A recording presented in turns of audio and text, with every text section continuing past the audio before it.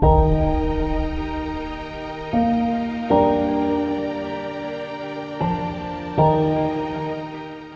1992-ci ildə mayın 18-i biz oradan çıxdıq. Biz gələndə yolda, mən uşaq idim, Qayıq qəsəbəsi deyilən yerdə bizim maşını ateşə tutdular. Mən də körpə uşağı idim. Nə bilim, səs-küy falan. Yəni o epizodlar biraz, yəni onu yaşamayan insan o qədər onu dərindən bilə bilməz.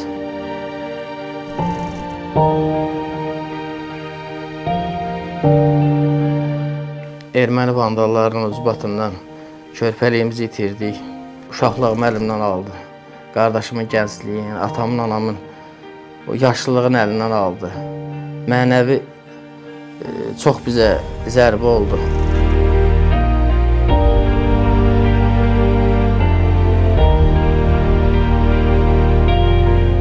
Pis vəziyyətdə gəldik. Elə vəziyyətdə gəldik ki, burada məsələn su yox, çox həddindən artıq pis əziyyət çəkdik.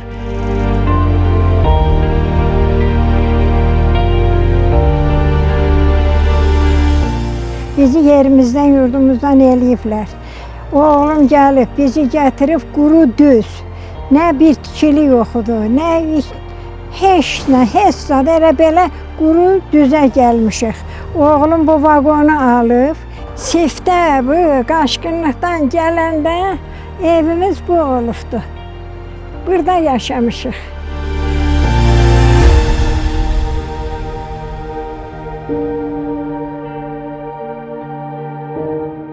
Yedi baş ailə, bax burada olmuşuq, burada yaşamışıq. Lampa işığına, şam işığına.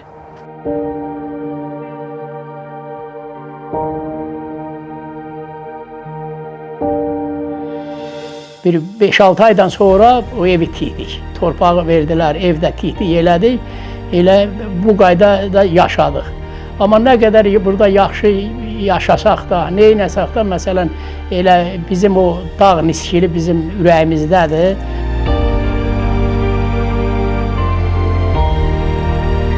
Əziyəm, kətən yaxşıdır. Əzizim, kətən yaxşıdır. Geyməyə kətən yaxşıdır.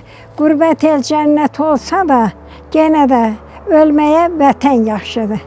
Nə xantara burada yaxşı dolanışığımız da olsa, nə xantara yaxşı yaşasaq da, yenə bizə vətən yaxşıdır.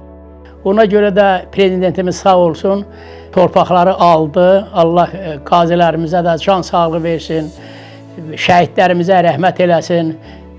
Onların sayəsində biz indi başı uca gəzirik. 2020-ci ildə Laçın dekabrın 1-i alınanda, ondan bir müddət keçdi. Orada bizim kəndçimiz var. O atama bizim kəndin suyundan turş suyu göndərmişdi, bir dənə də alma. Həqiqətən də o vaxtacan hələ biz Laçından, Miri kəndindən 30 il ərzində hələ heç nə görməmişdik. Yəni ağla gəlməz bir iş idi ki, biz Laçın suyunu içərik, Laçın meyvəsindən dadarıq. Elə bil ki, Laçın o alma ilə su içində birbaşa Laçını götürüb gəldim, mən atama verdim. Anam orada o almanı çəkir, nəfəsinə Laçının o qoxusunu alır, öz bağımızın qoxusunu alır. Atam o suyu içəndə bir dərindən nəfəs aldı. Həqiqətən də elə bir sanki Laçını qaytardılar, verdilər yenə özümüzə. Həmin o dövrə qayıtdılar.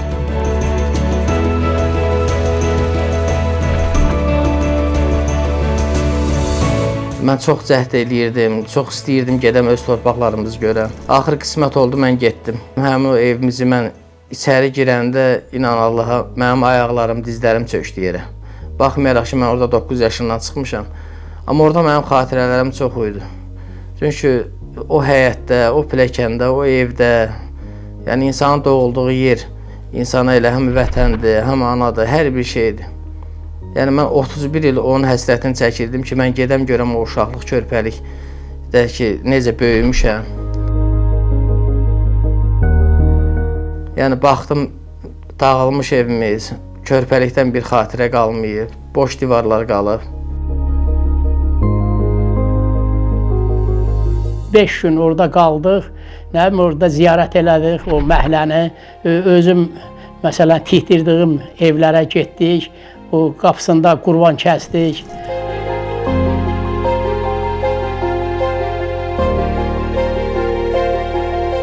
Bizim həyətdə həmişə qurban kəsilib, həmişə qonaqlar qaralı olub. Yəni bir anlıq baxırsan ora biraz dağılmış ev falan. Biz orada yenidən qurban kəsdik. Yenidən o süfrə açıldı orada. Həminki o köhnə illərdəki olmasa da, amma ona bənzər bir o qapı yenə qurban gördü, qonaq gördü, öz sakinlərini gördü. Yəni bu bizim üçün böyük bir xoşbəxtçilikdir.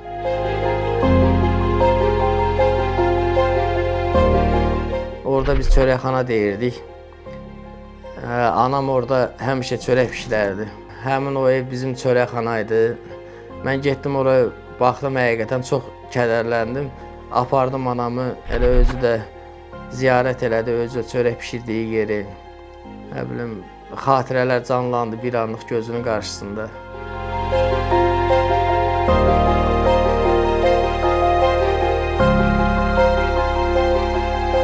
Mən oradan çıxanda 9 yaşım var idi. İndi mənim öz övladlarımın birinin 11 yaşı var, birinin 13.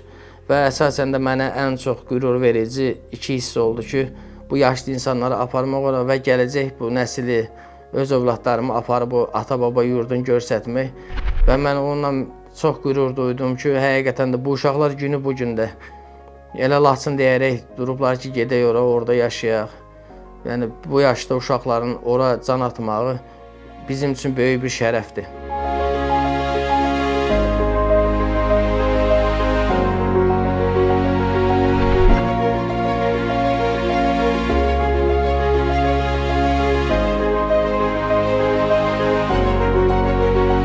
Bu tarixi təkrarlayan bizə şəhidlərimiz də Allah rəhmət eləsin onlara. Qazilərimizə can sağlığı versin. Yəni bu adi bir şəkil görsənə bilər kimlər üçünsə. Amma mənim üçün burada 34 il fərq. 34 ilin içində bu şəkildə çox ifadə eləmək olar. Burada xoşbəxtçilik, burada bu şəkilə gəlib çatınca, 2023-cü şəkilə çatınca bu məsafədə kədər, uşaqlıq niskinliyi, valideynlərimin gözümün qabağında vətənsiz qocalmağı, burada mən 3 cürə bunu təsəvvür eləyərdim. Burada xoşbəxtçilik, ortada kədər, burada yenə min şükür Allaha, yenə bir xoşbəxtçilik. Mənim ən böyük arzularımdan da biridir. Allah təala bizə qismət versin. Gedək öz yurdumuzda, öz evimizdə yaşayaq.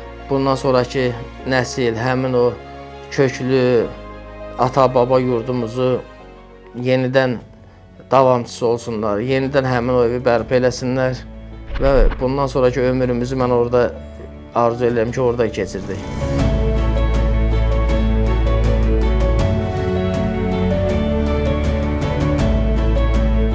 Mən Laçına gedəndə yeni doğulmuş bir insan kimi özümü hiss edirəm. Yenidən həyat başlamış kimi, mənim sanki 40 yaşım yox, elə yenidən 9 yaşımdan davam eləmək içimdən gəlir ki, 9 yaşımdan artıq mən həyatımı bundan başlayayım.